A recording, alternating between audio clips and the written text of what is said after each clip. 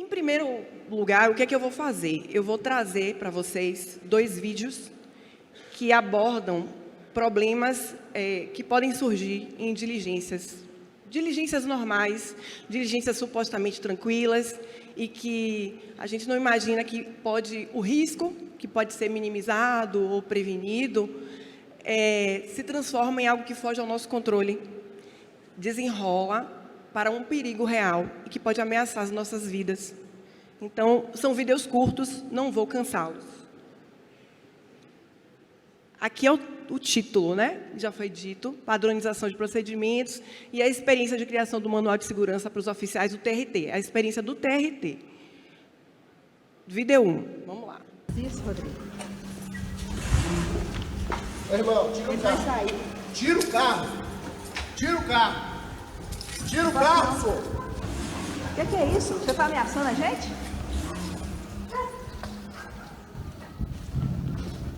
Chama o setormento rápido.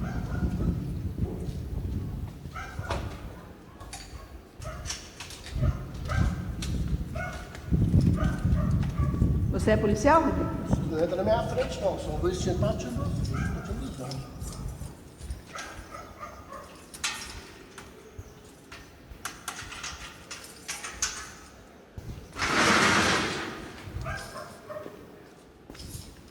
Você sabe que você não pode sair com essa moto, né? Porque ela está apreendida.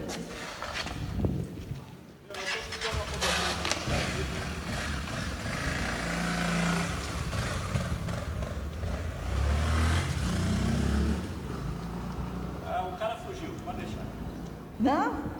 Ele arrancou uma arma da gente. Pode vir então? Vídeo 2.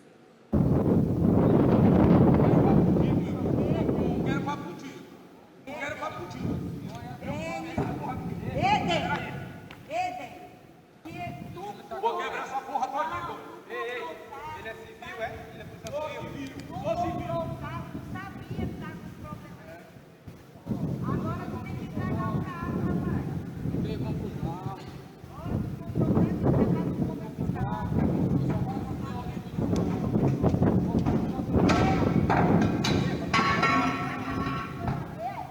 Peraí. Para com isso, doido. Para com isso. Tá doido. Vai levar só pagar. Ei,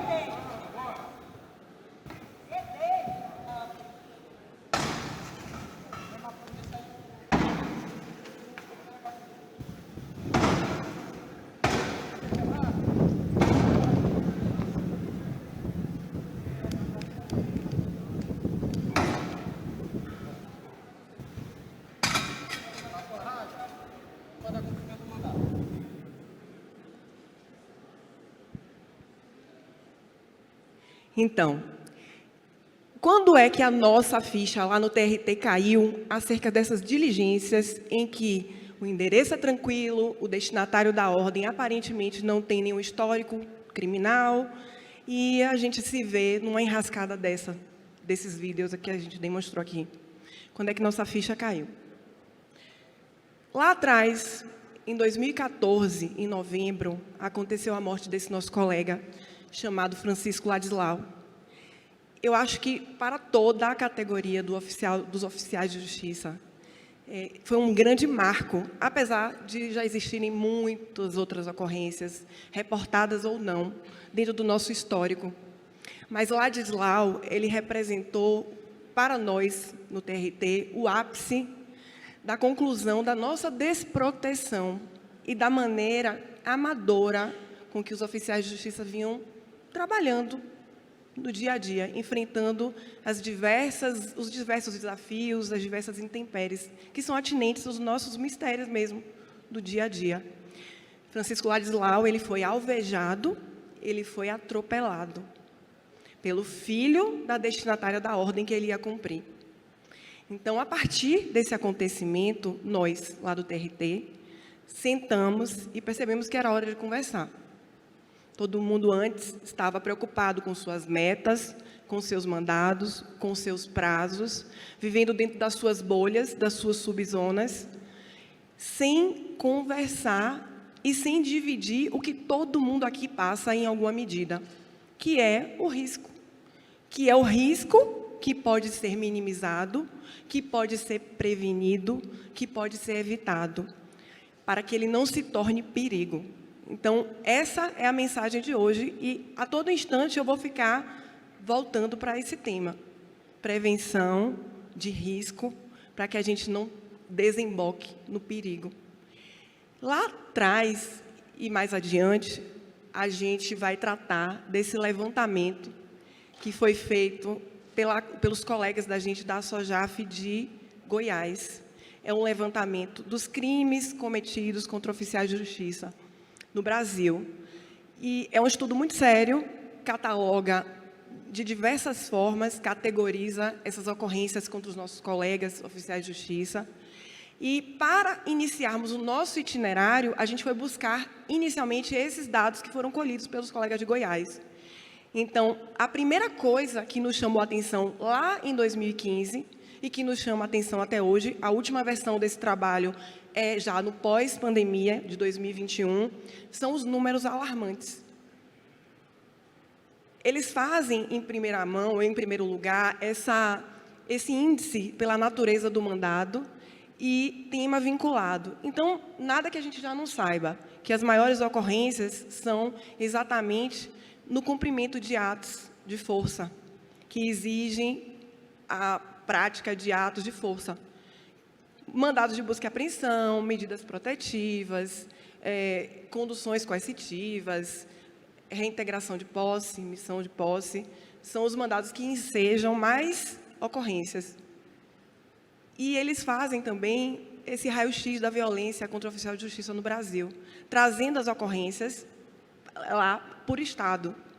Os números de São Paulo, Minas Gerais, Rio de Janeiro, são números mais expressivos, mas eu insisto em dizer a vocês que são números ainda muito subnotificados. A gente tem um Instagram de construção coletiva, do qual eu faço parte, que se chama Vida de Oficial, que tem essa proposta desinvisibilizadora para o oficialato de justiça, trazendo o nosso dia a dia para o público em geral.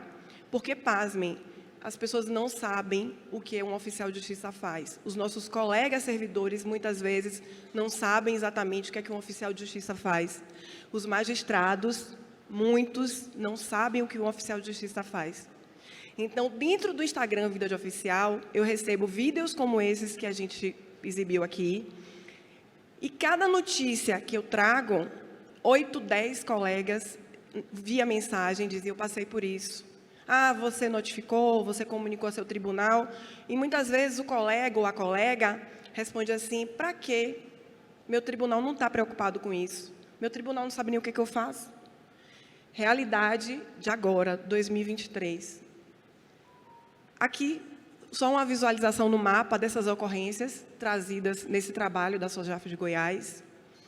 E a distribuição dos casos por tipo de violência. Olha só quantos assassinatos. Números de 2021, tá, gente? Que foi a última vez que esse trabalho foi atualizado. Ele é atualizado periodicamente. 27 assassinatos, 26 tentativas de assassinato, 31 agressões, 31 assaltos, 49 agressões. É muita coisa, é muita coisa. E, no mínimo, isso aí é 1/3 do que acontece na realidade. Eu digo isso porque estou em contato com oficiais do Brasil todo por conta do trabalho que a gente faz no Vida de Oficial. A gente recebe esse material para divulgar. E é muita gente com muita ocorrência mesmo. Se a gente coloca lá um tema, vou dar um tema bem que não é exatamente risco, mas é também atinente à nossa função: mordida de cães. A gente divulga uma mordida de cão, uma na semana, aparecem vários, 20, 30 oficiais nos comentários dizendo que foram mordidos e, ao mesmo tempo, fotos. Olha, em 2017 eu fui mordida, fiquei vários dias afastada. Eu tenho trauma de cães, eu fui mordida por um cão, um pitbull, eu fui atacada por um Rottweiler, eu fui ferido por um cão de pequeno porte. Então, isso é em qualquer tema. Então, existe sim subnotificação. A gente precisa, quando acontece qualquer coisa, mesmo que seja uma ameaça verbal, reportar, para gerar essa estatística, para que a gente possa espelhar a realidade. Esse trabalho que a gente faz, estando nos congressos e porta fora, que é o trabalho mais desafiador, é levar essa estatística. Para quê? Para que a gente tenha reconhecida essa vulnerabilidade e essas particularidades da nossa atividade e receba as contrapartidas através das políticas institucionais. Então, adiante, nós fizemos um trabalho na Bahia, no estado todo, um levantamento. Por quê? Porque, para construir o nosso manual, a gente quis escolher os dados, país, e a gente queria ver como é que estava a nossa realidade, a realidade da Bahia. Então, o que é que a gente fez? Elaboramos enquetes e distribuímos para os nossos colegas. Na época que a gente distribuiu essas enquetes, nós éramos cerca de 200 no estado todo. Uns 90 menos de 100 na capital e no estado todo, 200 oficiais. Hoje nós somos 190 ao todo, sendo 76 na capital. Acabou de ter um concurso agora, estão chamando devagarzinho. E as respostas às enquetes foram as mais variadas possíveis, desde estar em áreas de difícil acesso, a ser abordado por traficantes, a não ter cobertura de telefone celular, que é uma coisa que acontece demais em quem trabalha em zona rural. Se acontece alguma coisa com o carro, estamos sem cobertura de celular. E outras ocorrências, locais ermos, locais em que se presenciou corpo estendido na rua, tiroteio, enfim. Depois desses números, tinha lá uma pergunta assim, para quais outros riscos, além desses que não estão reportados especificamente no relatório, no caso, nas enquetes. E aí surgiram todos esses outros. Eles reportaram até esgoto, atravessar locais de esgoto a céu aberto, porque é risco biológico, de contaminação. Explosão de compressor, risco de linchamento, dificuldade de evasão. Por isso que a gente precisa ter procedimento até para planejar, em caso de uma diligência, existir alguma ocorrência, alguma intercorrência, qual é a minha rota de fuga? Como é que eu procedo nesses casos? Até isso a gente precisa parar para pensar. Mas a morte de Ladislau, lá atrás, trouxe para nós, do TRT, essa sensação, nós estamos trabalhando de forma amadora, isolados, sem conversar um com o outro e sem cada um procedendo da sua cabeça, sem saber exatamente o que fazer, mas por instinto. E daí a gente começou a percorrer lá esse itinerário junto ao TRT. Em primeiro lugar, trouxemos para o TRT o seguinte: nem vocês, nem a sociedade, nem nossos pares, ninguém sabe ao certo o que o oficial de justiça faz. E essa é uma campanha que precisa ser feita e que, desde já, eu deixo aqui também como chave de reflexão, que é: será que a sociedade sabe receber um oficial de justiça? Talvez a frase mais impactante ou que possa ser proposta para a sociedade, para o jurisdicionado é: receba bem um oficial de justiça, porque ele é o guardião dos seus direitos. Ele vai lhe oportunizar se defender, ele vai trazer esse elo, essa ponte, né, entre o judiciário e o cidadão. Então, é uma campanha que urge ser feita. Receba bem um oficial de justiça, porque ele é um garantidor de direitos. Só me repetindo, essa ocorrência de violência extrema contra oficiais, que está aí nesse trabalho que foi feito pela Sojaf de Goiás, depois nós constatamos em loco, lá na nossa realidade da Bahia, e a percepção de que a nossa condição inerente ao cargo já nos enseja risco, um risco aumentado, um risco que é superior à média do cidadão comum. A gente não é oficial de justiça só quando a gente está com o mandado e a caneta na mão. A gente é oficial de justiça 100% do tempo, porque a gente cumpre a diligência e a gente não lembra quem foi o destinatário da nossa ordem, mas o destinatário com certeza lembra da gente. E várias vezes acontece com todos vocês, eu imagino, de alguém dizer assim: lembra de mim? Você não faz ideia de quem foi, mas ele lembra. Aquela emissão de posse, aquela aquela notificação, aquele processo. Isso acontece. Então, o oficialato de justiça, não, a gente sai da nossa atividade, mas a atividade não sai da gente. E isso significa risco aumentado. Pedimos lá, através de 3 documentos que foram protocolados no TRT, a realização de um workshop pela Secretaria de Segurança Pública, como se fosse um curso para que a gente pudesse entender melhor acerca dessas diligências, que a gente pudesse receber instruções iniciais e recebesse esses dados da Secretaria de Segurança Pública. Como é que estava o mapa da violência na cidade de Salvador e no interior do estado da Bahia.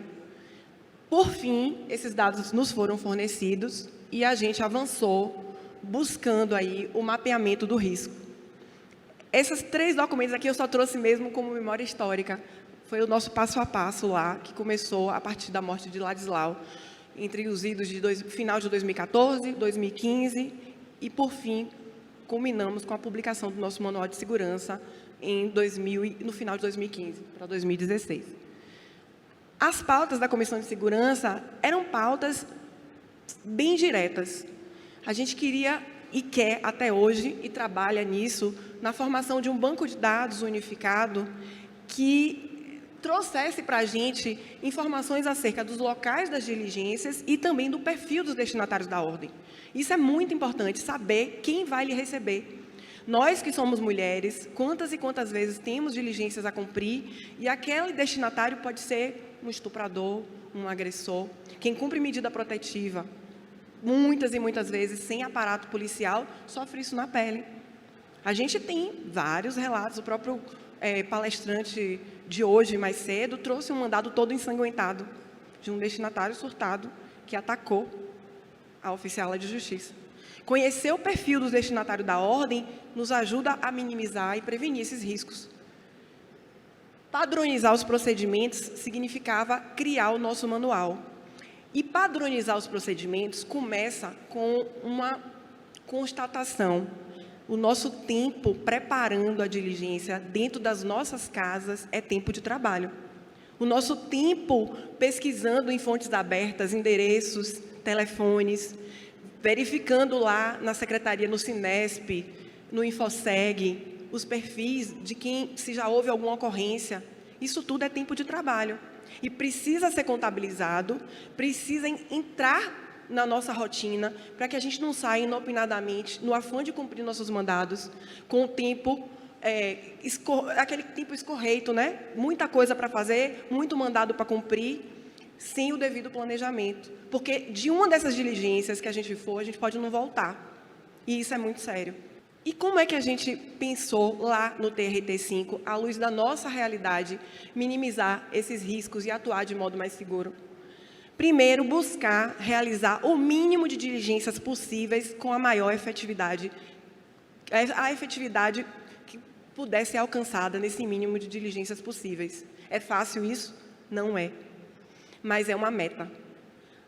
E uma outra coisa que se discutiu muito, desde lá atrás, foi a possibilidade de cumprir atos de comunicação de forma eletrônica. Isso vem o tempo inteiro sendo trabalhado aí com Vanessa. Ela traz a comunicação processual com o protagonismo dos oficiais de justiça e de uma forma que a gente possa reduzir a nossa exposição. Isso é o mais importante. A utilização também das ferramentas eletrônicas, que hoje a gente tem acesso através dos convênios com o tribunal. O TRT-5 disponibiliza muitas ferramentas, e essas ferramentas nos ajudam, principalmente nessa sugestão de cumprimento de endereço alternativo.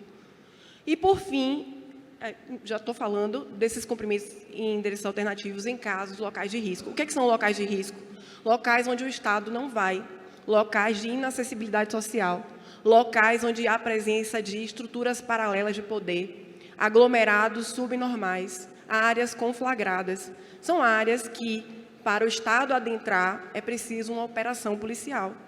Caveirão, Colete, Fila Indiana, muita gente aqui, eu sei que já cumpriu esse tipo de diligência. Eis o nosso manual de segurança, que está na sacola de vocês. Agradeço muito à Fogebra, porque ela adaptou o nosso manual, trouxe para todos. A ideia é que ele seja jogado aos quatro ventos, porque é um manual que traz, sim, a experiência e as peculiaridades da nossa realidade TRT Bahia, mas é uma semente que está sendo plantada para que vocês, meus colegas e minhas colegas, pensem em segurança e levem essa demanda e essa discussão para os tribunais de vocês, para que algum dia a gente possa ter um manual que disponha para todos, levando em conta, vão ser sempre levadas em conta as peculiaridades locais? Vão, mas que a gente tenha diretrizes básicas que todos os oficiais possam cumprir, para que a gente não tenha números tão alarmantes, e para que a gente não perca mais colegas, como aconteceu com o Ladislau.